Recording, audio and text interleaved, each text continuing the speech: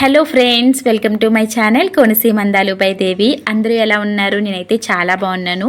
So మీరందరూ కూడా బాగుండాలని మనస్ఫూర్తిగా కోరుకుంటా. ఈరోజు నేను వరలక్ష్మి వ్రతం అయితే చేసుకుంటున్నాను. అయితే వ్రతం ఎలా జరుపుకున్నాను ఏంటి అనేది ఈ వీడియోలో ఉంటుంది. ఎక్కడ స్కిప్ చేయకుండా ఫుల్గా వాచ్ చేయండి. ముందు రోజు నైటే నేను ఇల్లంతా శుభ్రం చేసుకుని మాపింగ్ అది పెట్టిన తర్వాత మామిడాకులు తోరణాలు అయితే కట్టుకుంటున్నానండి, గుమ్మాని కోసం అనమాట. టైం ఇప్పటికే 11 అయిపోయింది. మార్నింగ్ ఇవన్నీ తెమలవు కాబట్టి ముందు రోజు గుమ్మాల కోసం అనేసి ఇలా మామిడాకులను అయితే కట్టుకుని ఉంచుకుంటున్నాను అన్నమాట. ఇలా సరదాగా ట్రై చేశాను. చిలుకల్లా చాలా బాగా వచ్చాయన్నమాట. గుమ్మానికి ఫ్రంట్ డోర్లో కట్టుకున్నట్లయితే అందంగా ఉంటుంది కదా, సో అందుకని ఇలా అయితే చేసుకుంటున్నాను. ఇవి ఇలా చేయడం నేను యూట్యూబ్లోనే చూశాను. అసలు వస్తుందా రాదా అన్నట్టు ట్రై చేశాను అన్నమాట. లాస్ట్ టైం ఒకసారి చేశాను, చాలా బాగా వచ్చాయి. అయితే మళ్ళీ ట్రై చేద్దాము అన్నట్టు చేశాను అన్నమాట.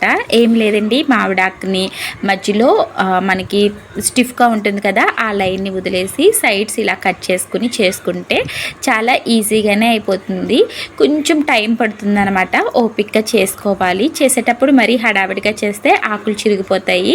కాబట్టి నిదానంగా చేసుకున్నట్లయితే భలే అనిపిస్తుంది. నాకు ఒక హాఫ్ అన్ అవర్ టైం అయితే పట్టింది. నేను ఇలా ఫ్రంట్ డోర్ మట్టికి ఇలా చేసుకున్నాను అన్నమాట. నార్మల్గా దేవుడికి గదికి ఇవన్నీ కూడా మామూలుగానే ఆకులు ముందు చూపించాను కదా, ఆ విధంగా పెట్టుకున్నాను. ఇంకా ఇలా ఈ విధంగా మామిడాకులను అయితే రెడీ చేసి పక్కన పెట్టుకున్నా.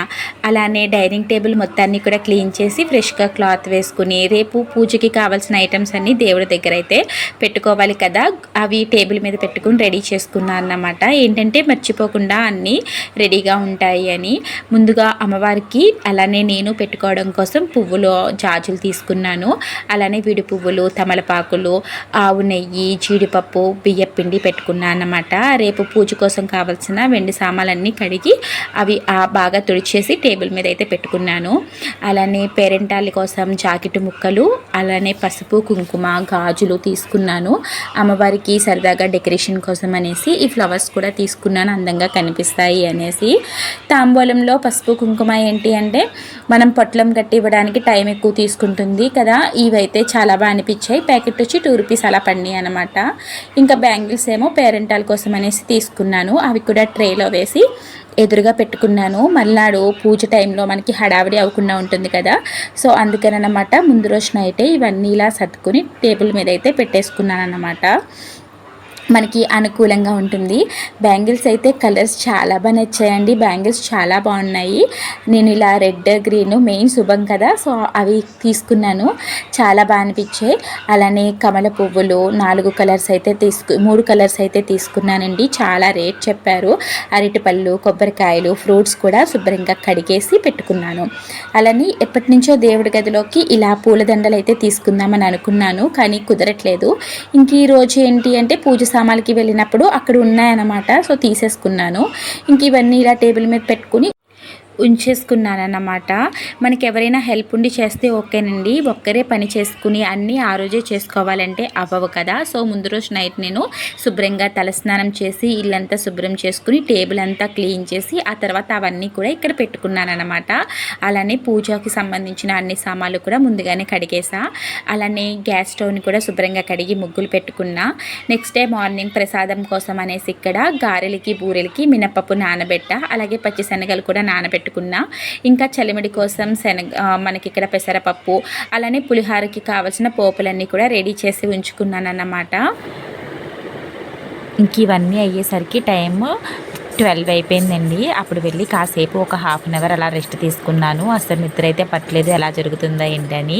చేతికి నిండుగా గాజులు అయితే వేసుకున్నాను, నాకు చాలా ఇష్టం. అలానే ఇంకా 2:30 ఆ టయానికి అయితే మెలకువగా లేచిపోయానండి. ఇల్లు మొత్తం క్లీన్ చేసి తలస్నానం చేసి ముందుగా ఆవు పాలను అయితే మరిగించుకుంటున్నాను. అగ్నిదేవుడికి దండం పెట్టుకుంటున్నాను అన్నమాట. అన్ని వంటలు కూడా బాగా కుదరాలి అని దేవుడికి దండం పెట్టుకుంటున్నా.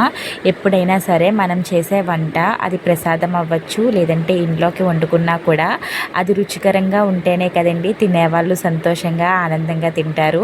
అది టేస్ట్ బాగుండాలి అని ఎప్పుడూ కూడా అనుకునే నేను వంట అయితే తయారు చేస్తాను. ఆవు పాలు పెట్టుకున్న తర్వాత ఇక్కడ బూరెల కోసం పచ్చిశనగపప్పులో వాటర్ వేసి నానబెడుతున్నా అన్నమాట. నానితే మనకి త్వరగా ఉడికిపోతుంది అనేసి.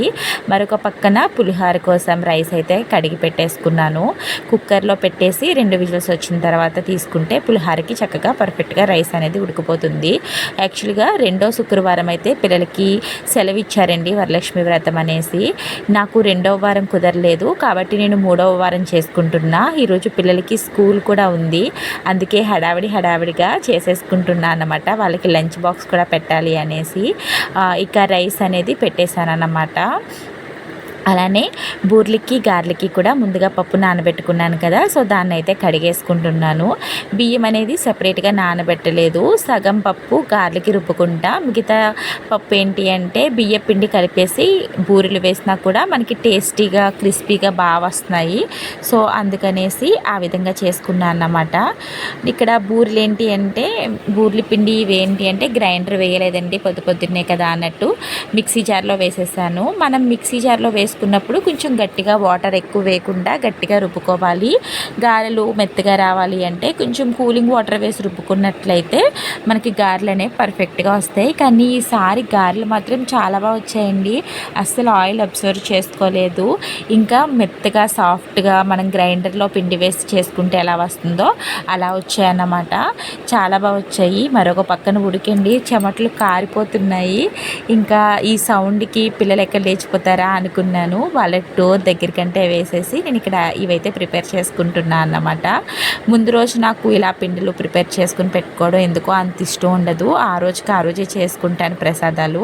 ఇంకా దాని గురించి అనేసి ఇలా రుబ్బుకుని పెట్టుకుంటున్నాను అన్నమాట. గారెల పిండిలో కొంచెం ఉప్పు వేసేసి గారెలు అయితే వేసేస్తున్నా. ఇంక జీలకర్ర ఇవేమి వేయలేదన్నమాట. ఎక్కువగా ఏమీ వేయలేదండి, ప్రసాదం మట్టికి వేసి పిల్లలకి టిఫిన్ కింద కూడా గారెలు పెట్టేద్దామన్నట్టు వేస్తున్నా అన్నమాట. నేను దేవుడికి సపరేట్గా పక్కకి తీసేసి ఆ తర్వాత పిల్లలకి పెట్టుకున్నాను. స్టవ్ ఆన్ చేసి డీప్ ఫ్రైకి సరిపడినంత ఆయిల్ యాడ్ చేసుకున్నాను. గారెలు వేసి ఆ తర్వాత వెంటనే బూరెలు కూడా వేసేసుకుంటున్నా అన్నమాట. కొన్ని అయితే స్కిప్ చేసేసానండి, ఎందుకంటే వీడియో లెంత్ ఎక్కువైపోతుంది కదా. మనం వీడియోలో ఇవన్నీ చూపిస్తున్నట్లయితే లెంత్ బాగా ఎక్కువైపోతుంది అనేసి కొన్ని స్కిప్ చేశాను. కొన్ని ఇక్కడ చూపిస్తున్నాను. గారెలు ఎప్పుడైనా చేత్తో వేస్తే అంత పర్ఫెక్ట్గా రావు ఒక్కొక్కసారి. సో ఇలా గరిటికి మనం కొంచెం వాటర్ని అప్లై చేసుకుని దాంతో మనం గారెలు వేసుకున్నట్లయితే చాలా బాగా వస్తాయండి. ఈ టిప్ చాలా బాగా యూజ్ అవుతుంది కొత్తగా చేసే వాళ్ళకి. చాలా ఈజీగా వేసేసుకోవచ్చు అనమాట. కొంతమందికి గారెలు వేయడం రాదు కదా, కొంతమంది అంటే ఎక్స్పర్ట్స్ ఉంటారు చేత్తో వేసేస్తారు. కానీ రాని వాళ్ళకి ఇది బాగా యూజ్ అవుతుంది, చాలా త్వరగా కూడా అయిపోతుంది. మరొక పక్కన కుడుములు అయితే తయారు చేస్తున్నాను అన్నమాట. దానికోసం ఇంకోండి వాటర్ మరిగించి కొంచెం జీలకర్ర శనగపప్పు ఉప్పు వేసుకుని కుడుములు అయితే తయారు చేసేసుకుంటున్నాను. మెయిన్ కుడుములే కదండి, వాయినం ఇవ్వాలి. అలానే అమ్మవారికి నైవేద్యం పెట్టడం కోసం అనేసి ఇక్కడ కుడుములు తయారు చేసుకుంటున్నాను అన్నమాట. మరొక పక్కన బూర్లకి కుక్కర్ పెట్టుకున్నాను అన్నమాట. దాన్ని ఒకసారి మిక్సీ పట్టేస్తాను మెత్తగా వస్తాయని. మరొక పక్కన పులిహోర పోపు, మరొక పక్కన చింతపండు గుజ్జు తీసుకుని మరిగిస్తున్నానండి. సో పులుపు కూడా రెడీ అయిపోతుంది అన్నమాట. పులిహోర కూడా కలిపేసుకున్నాను. ఫైనల్ అవుట్ఫిట్ అన్నమాట. సో ఇలా రెడ్ కలర్ శారీ అయితే వేసుకున్నాను నేను. ఇంకా పూజ అయితే స్టార్ట్ చేస్తున్నాను అనమాట. చాలా లేట్ అయిందండి, ఇప్పటికి 9 అయిందనమాట. మొత్తం ప్రసాదాలన్నీ కూడా తయారు చేసేసాను. ఇంకా అమ్మవారిని అయితే అలంకరించాను అనమాట. మీకు కూడా చూపిస్తాను, చూసేయండి. చూసారు కదా, అమ్మవారిని అయితే ఇలా అలంకరించుకున్నాను. కలశం పెడుతున్నాను అన్నమాట. పూజ సామాన్లు ఇక్కడ ఉన్నాయి. ఇంకా ప్రసాదం అంతా కూడా తయారు చేసేసి పక్కన పెట్టుకున్నాను అన్నమాట. వీలుగా పెట్టుకోవడానికి ఉంటుంది నైవేద్యం సమర్పయామి అన్నప్పుడు. ఇంకా పీటకి పసుపు అయ్యి రాసేసి ఈ విధంగా పద్మ అయితే మధ్యలో పెట్టుకుని కుంకుమ బొట్లు అయితే పెట్టేసుకున్నాను. ఇంకా కలశానికి కూడా శుభ్రంగా చెంబుకి అష్టలక్ష్మి చెంబు తీసుకుని దానికి పసుపు కుంకుమ బొట్లు పెట్టుకున్నాను. ఆ తర్వాత అందులోకి చెంబులోకి కొంచెం పసుపు, అలానే మనం కుంకుమ, అక్షింతలు, గంధం వేసుకోవాలి. అలానే ఏదైనా వెండి కాయిన్ ఉంటే వెండి కాయిన్ కానీ రాగి కాయిన్ కానీ ఉంటే వేసుకోండి. అలానే ఒక పువ్వును కూడా అందులో వేసుకోవాలి.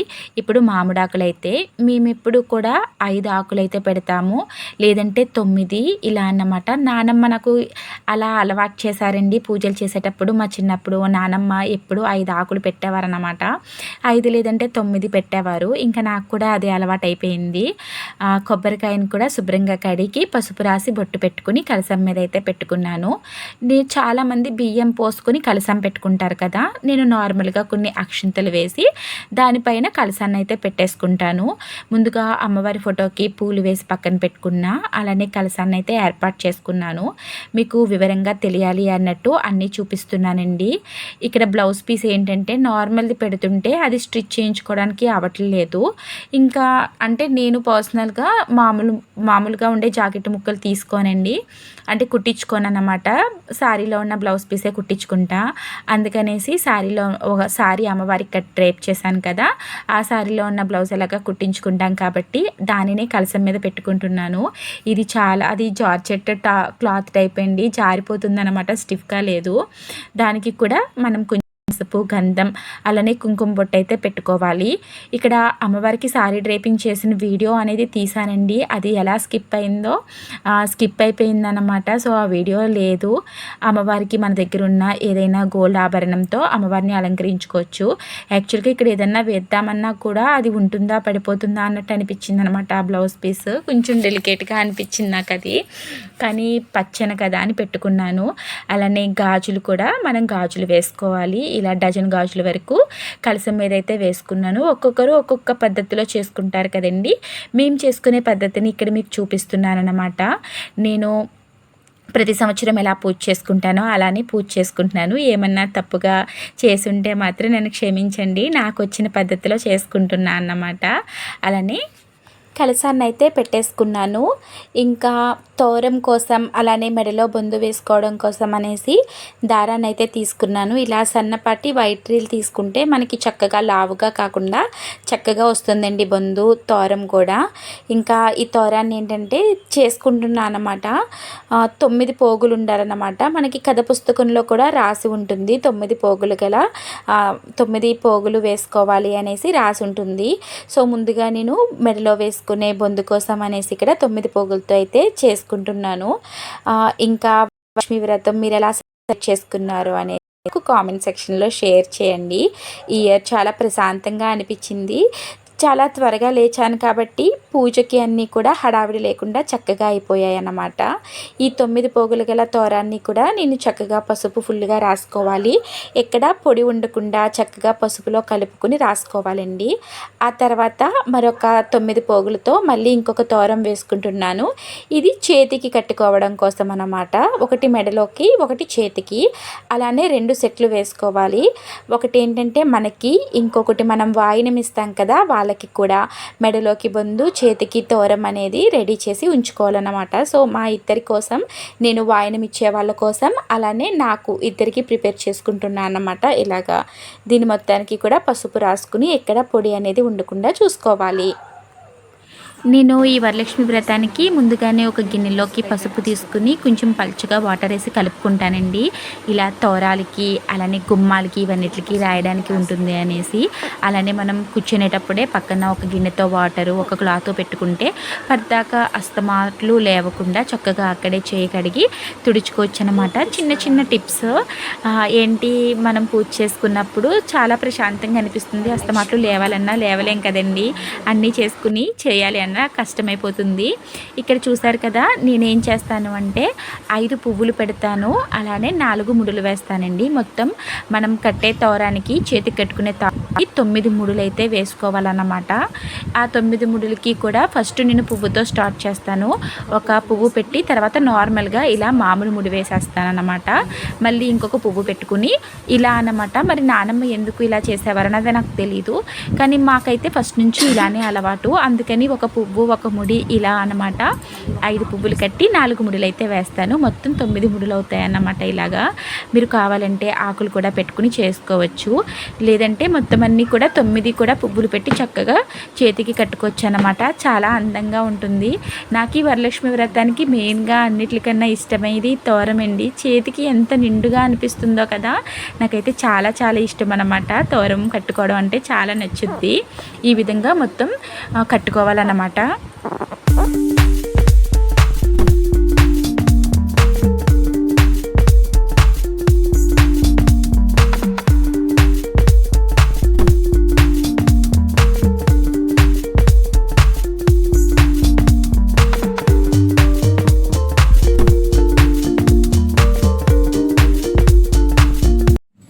అలానే లక్ష్మీదేవి రూపు తీసుకుంటాం కదా, దాన్ని కూడా శుభ్రంగా ఒకసారి ఇలా కొంచెం వాటర్లో ముంచి పసుపు కుంకుమతో బొట్టు పెట్టుకోవాలండి.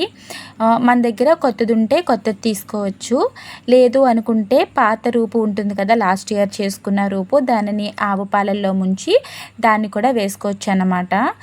కొత్తదే ఉండాలి అని ఏమీ ఉండదండి, కావాలంటే పాతదాన్ని కూడా పాలల్లో ముంచుకుని అయితే పెట్టుకోవాలి. దీన్ని కూడా ముడివేసి పక్కన పెట్టుకుంటున్నా. తోరం అనేది మనతో పాటు పక్కనున్న వాళ్ళకి వాయనం ఇచ్చే వాళ్ళకి కూడా వేసుకోవాలన్నమాట. ఇంకా చూసారు కదా, ఇలా పసుపు కుంకుమ గంధంతో బొట్టు పెట్టి దీనిని కలసం మీద అయితే వేసుకోవాలి. ఇంకా అమ్మవారి దగ్గర మనం చీరనైతే పెట్టుకుంటాం కాబట్టి ఇలా పల్లెంలో చీర జాకెట్టు, అందులో గాజులు, పసుపు కుంకుమ పెట్టుకుని అమ్మవారికి ఇక్కడ మనం పెట్టుకోవాలండి. అలానే పసుపు విఘ్నేశ్వరిని కూడా చేసుకోవాలన్నమాట. వరలక్ష్మి వ్రతం చేసుకున్న మనం ఫస్ట్ వినాయకుడికి పూజించి ఆ తర్వాత వరలక్ష్మి అమ్మవారిని కొలుచుకోవాలి. అందుకని ఇక్కడ నేను పసుపుతో వినాయకుడిని అయితే చేస్తున్నాను. మనమంతా కూడా పూజకి ప్రిపేర్ చేసుకున్న తర్వాత పసుపు విఘ్నేశ్వరిని చేసుకోవాలండి. పసుపు వినాయకుడిని కూడా చేసుకుని అక్కడ పూజలో పూజించాలి అన్నమాట. సో చాలామంది విగ్రహాన్ని పెట్టుకుని పూజించుకుంటారు, కానీ పసుపు వినాయకుడిని ఇలా చేసుకుని అయితే పూజించుకోవాలండి. పాత వాళ్ళందరికీ తెలుసు. ఇక్కడ నేను కొన్ని పద్ధతులు చూస్తాను కదా, వాళ్ళని చూసినప్పుడు అనిపిస్తుంది అనమాట, ఓహో కొంతమంది ఒక్కొక్కరు ఒక్కొక్క పద్ధతిలో చేసుకుంటారు అనేసి. చాలామంది విగ్రహాలు పెట్టేసుకుంటున్నారండి ఇప్పుడు, కానీ ఇలా మనకి ఎప్పటి నుంచో ఉంది కాబట్టి పసుపు వినాయకుడిని అయితే చేసుకుని పూజ చేసుకుంటాము. అలానే పూజకి కావాల్సినవన్నీ కూడా ఆల్రెడీ మనం దగ్గర పెట్టుకున్నాం కాబట్టి మనకి ఈజీ అనిపిస్తుంది అనమాట. మెయిన్ మనకి ఎక్కువ టైం పట్టేది ప్రసాదాల దగ్గరే. పూజ దగ్గర మనం ఒక పావు గంట అరగంటలో మనకి ఇవన్నీ కూడా సర్దేసుకోవచ్చు.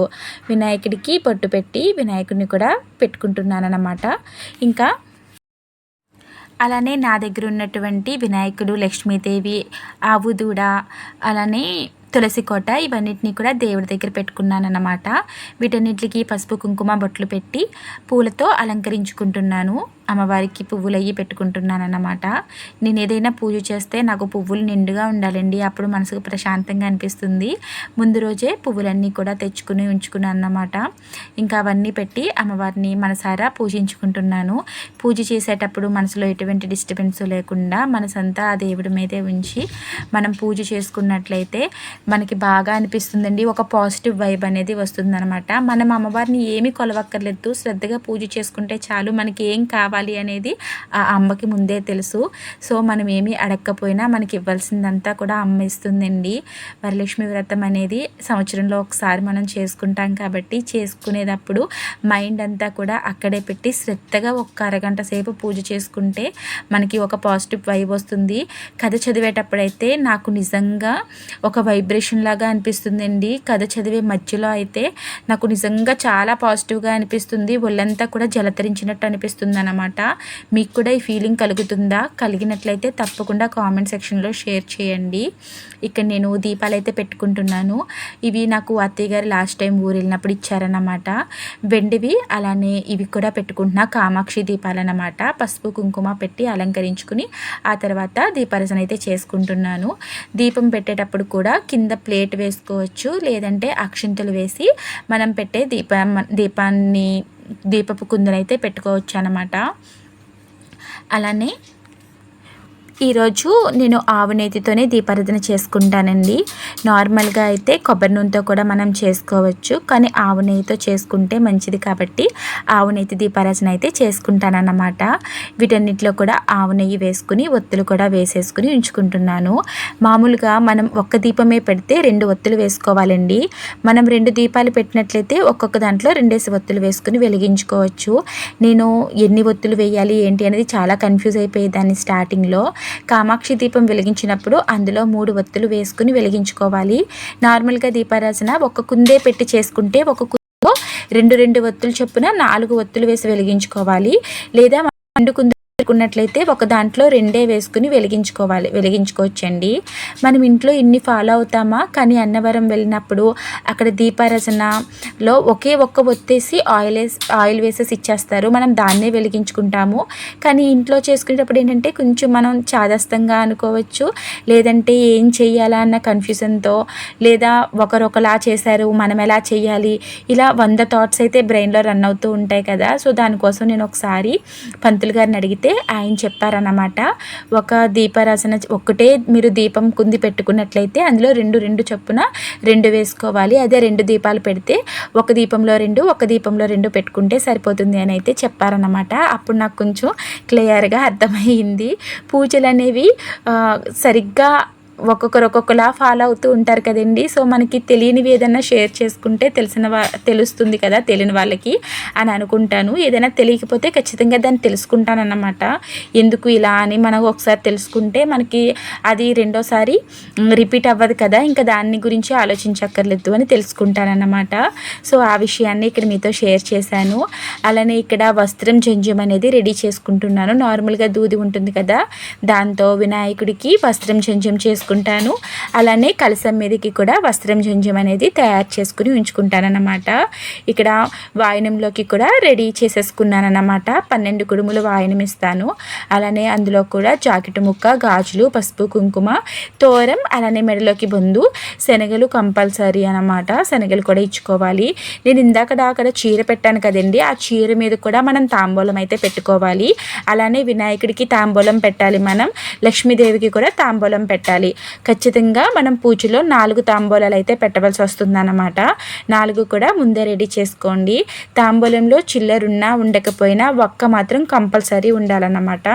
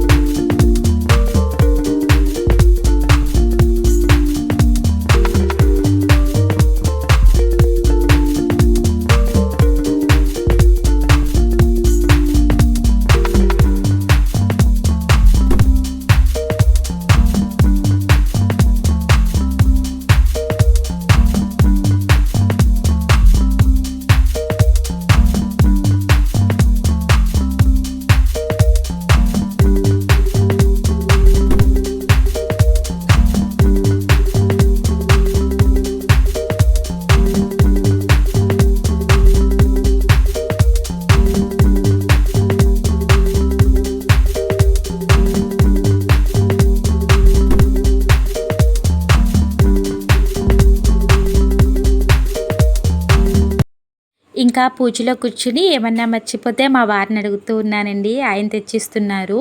అలానే అన్నీ పెట్టుకున్నాను, ఏదైనా చిన్నవి మర్చిపోతే మాత్రం ఆయన హెల్ప్ చేస్తున్నారన్నమాట. మనం దీపారాధన ఎప్పుడు చేసినా కూడా డైరెక్ట్ వెలిగించకూడదండి. అగరవత్తిని అయితే చేసుకోవాలన్నమాట. ఇక్కడ పువ్వులు అయితే మర్చిపోయాను. ముందైతే బెల్లం పోయానండి పెట్టడానికి. వినాయకుడికి బెల్లం పెట్టుకుంటాను. తర్వాత ఈ కలవ పువ్వు కూడా అమ్మ పెట్టానన్నమాట. వాటర్లో వేసి ఉంచాను. అన్నీ ముందుగానే వేసి కళ్ళు ఎదురుగుండగా పెట్టుకుంటానండి, ఏమన్నా మర్చిపోతే ఇలా ఇబ్బంది అవుతుంది అనేసి. ఇంకా పూజ అయితే స్టార్ట్ చేసేసానన్నమాట. దీపారాధన చేసుకుని ఆచమనం చేసుకుని ఆ తర్వాత పసుపు కుంకంతో అమ్మవారిని అయితే పూజించుకున్నాను. ఈ సంవత్సరం నా పూజ చాలా చక్కగా ప్రశాంతంగా నడిచిందండి, చాలా బాగా జరిగింది.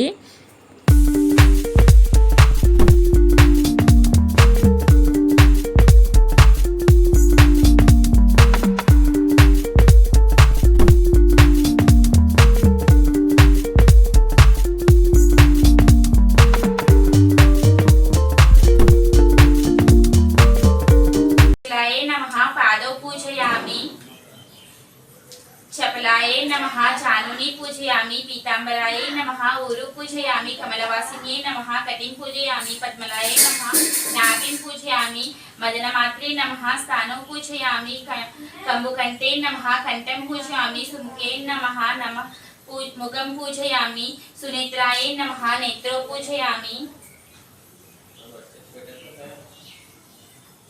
రమాయే నమః కర్ణో పూజయామి కమలాలయే నమః శిరః పూజయామి శ్రీ వరలక్ష్మీ నమః సర్వన్యాంగాని పూజయామి జ్ఞానం వందే పద్మాకరం ప్రసన్నవదనం సౌభాగ్యదాం భాగ్యదాం హస్తవ్యమభయప్రదాం మణిగణ రత్న విదయభూషితం భక్తాభిష్ట ఫలప్రదం హరిహర బ్రహ్మాదివి సేవితాం పార్తే పంకజ శంఖ పద్మానిధిభిర్యుక్తం సదాశక్తిభిః శ్రీ లక్ష్మీ అష్టోత్తర శతనామావళి. అందంగా చాలా బాగా జరిగిందండి.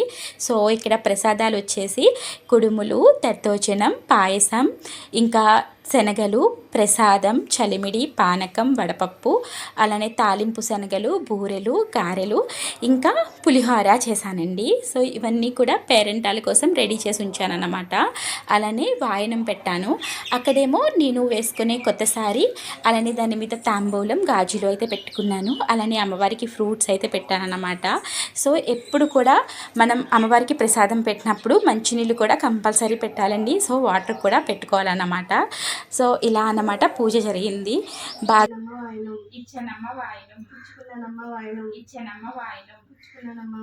మీరు ఇచ్చిన వాయనం ఎవరు అడుగుతున్నారా? గౌరీ లక్ష్మి సరస్వతి అమ్మ.